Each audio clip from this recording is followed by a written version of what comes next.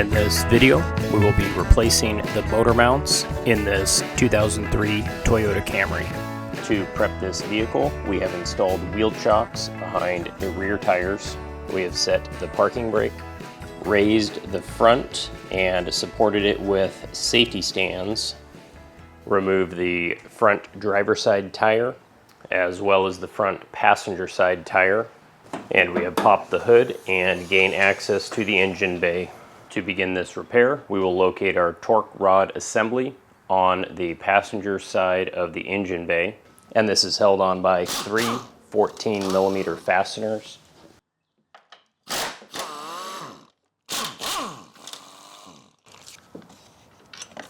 And then we can slip that unit out. Looking through our passenger side wheel well, we can begin to see that motor mount. And a little bit closer look at that motor mount, we will be removing a shroud that is kind of getting in the way. Looking at the driver's side, we can also locate our motor mount. And a little bit closer look at that motor mount, that is the one for the transmission side of the engine. And for our front motor mount, we will be looking directly behind the air intake down into the front of the engine. And looking down inside there, we do see that motor mount and the primary fastener on top. And we will go ahead and remove that primary fastener on top of our front motor mount. This is a 17mm fastener. And to get to the bottom side of that front motor mount, we do need to remove our shroud from underneath the vehicle. This has a series of Phillips head fasteners, although you could use a nut driver, as well as a couple retaining clips. Taking a look underneath there, we can see the bottom side of those fasteners. In total, there are 3 fasteners, one of which needs to go through the frame. And to aid in the removal, I am going to be applying some Amsoil metal protector as a penetrating oil to help work on those rusty fasteners. And these are 14mm fasteners. We then have 3 fasteners that are holding on a bracket that is connected to the top of that engine mount. Our goal is to remove these fasteners next. And we're going to raise the engine just ever so slightly, just to take a little bit of pressure off that bracket. Now at this point, I do not have the jack on the transmission pan. It is actually between the pan and the exhaust on the transmission itself. And we'll spray those bolts with a generous amount of metal protector. And then we can work each of those bolts out. And with that bracket removed, we can have full access to pull that motor mount. We do need to work it around some of the lines. And I do like to compare my new part with my old part, just to make sure that they are looking the same.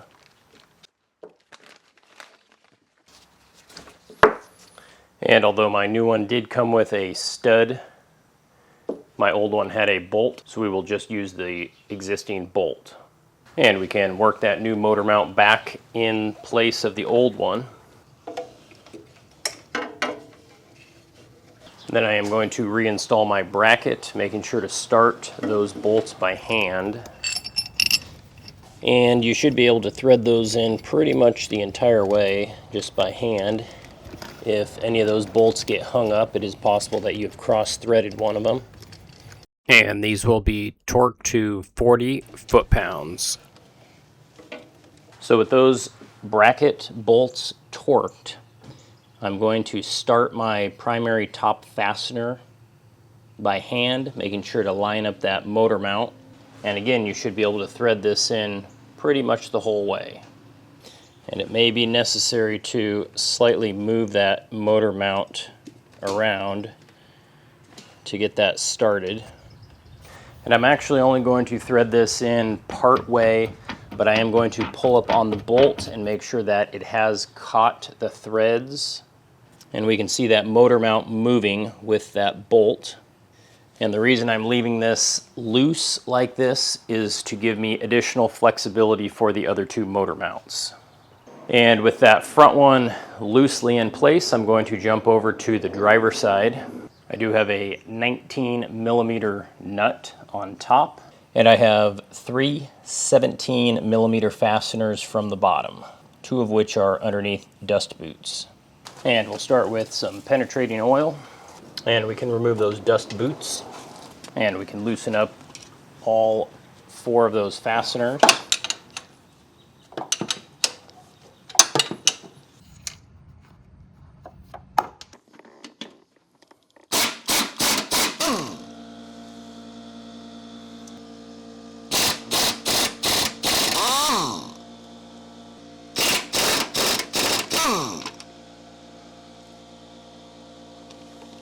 And at this point, our motor mount is loose. We just need to jack the engine up enough to get it off of our stud at the top of that motor mount. And again, I am jacking this from the transmission, not the pan itself. And we can give this a little tap to unseat it.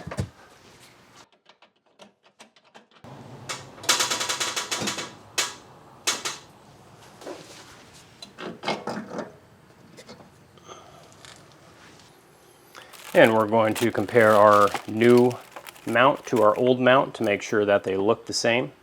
We do have a stud included with this one. And we can remove those thread covers.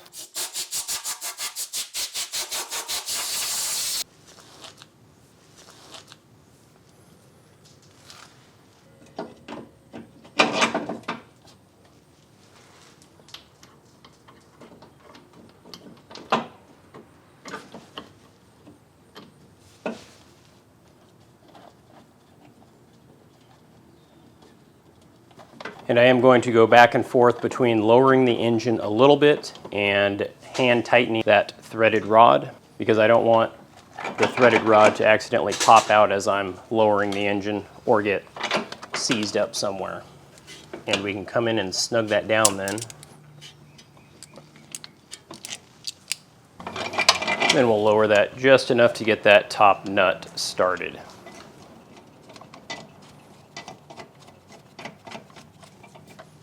And I will continue to lower this slowly, checking the mount to make sure that it is going in straight. And eventually all of the weight of the engine will be on this mount and the front. And I am going to leave this loose so I can jump over to the other side and have just a little bit extra flexibility. And so our third motor mount will be on that passenger side.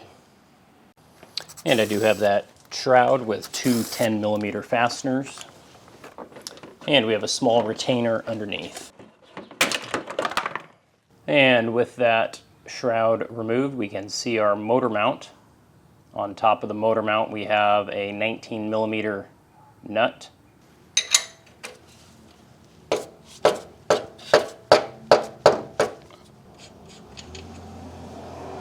And for this side, I am going to reposition my components just slightly. And for this, I'm actually positioning the jack just behind the oil pan on the axle to engine bracket.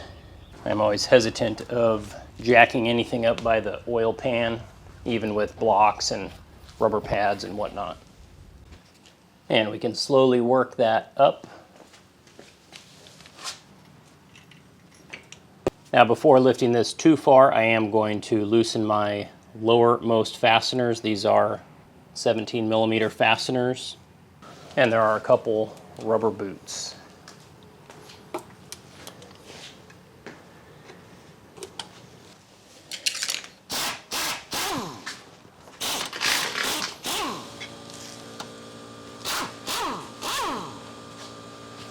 And that motor mount should be free for us to raise the engine enough to clear that top stud. And we do have a little power steering line behind that, kind of getting in the way. And I do like to compare my old part with my new part. And I am going to transfer my dust boot over, but I'll probably do a little cleanup on that. And similar to the other side, I do have a stud bolt included. And we'll do a little bit of cleanup again.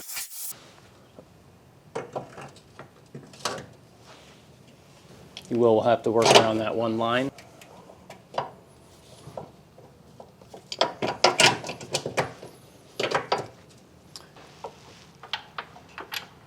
And we're going to work that threaded bolt on there. Should be able to install that pretty much all the way by hand.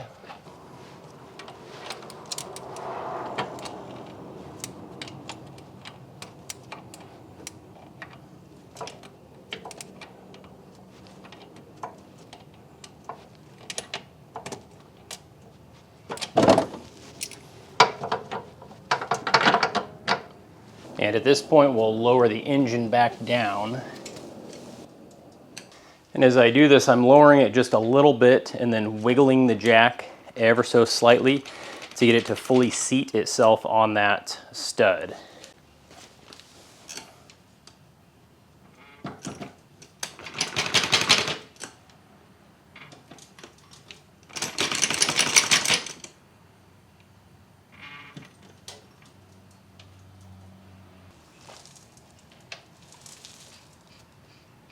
At this point, we will torque each of the fasteners as we left everything loose. You will want to double check the torque specifications, but based on the research I was able to find, these are the torque specifications for each of the different locations that we have been working on. Again, you'll want to double check this. Now, I am going to leave the top through bolt, or that top nut, loose until the bottom bolts are installed all the way. Once everything is fully seated, then I will come back and torque the top bolts. And the bracket to frame bolts, I could not find a torque spec anywhere I looked. So I did end up torquing these down to about 40 to 45 foot-pounds. Ran into a little snafu on the front motor mount. That top fastener, it did come with a stud, and when the stud is threaded all the way in, it only goes so far. If I thread my original bolt in, it actually ends up being a little bit longer, and so it bottoms out in that mount. So we have a couple options. One is to go purchase a nut for our stud because the kit did not come with one. Or number two, we could cut the existing bolt down so that we are not bottoming out in the engine. So plan A will be to cut the existing bolt, and I am going to thread a couple additional nuts on so I can effectively unscrew this and recut the threads.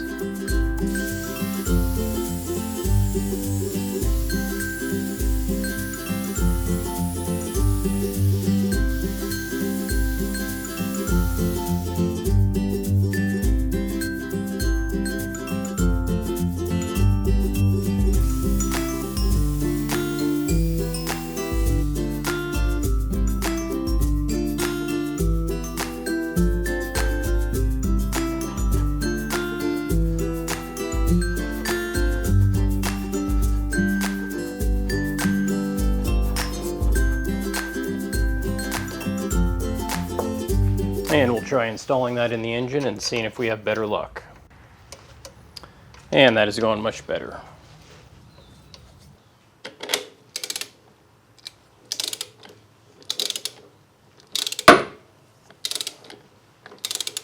After all of those bolts have been torqued, both top and bottom, we can reinstall our shroud on the passenger side.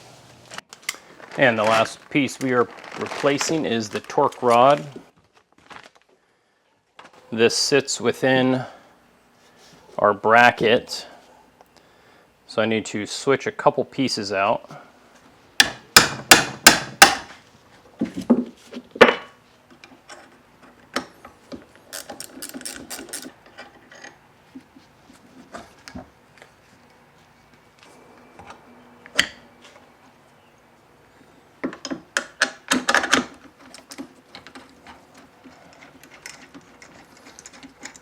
And I'm going to leave this just a little bit loose for installation on the engine.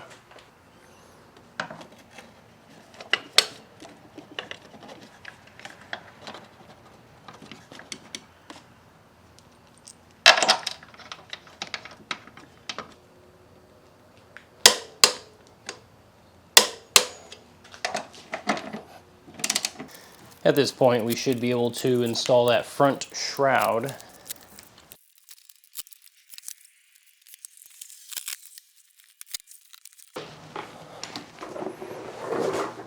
And put our wheels back on.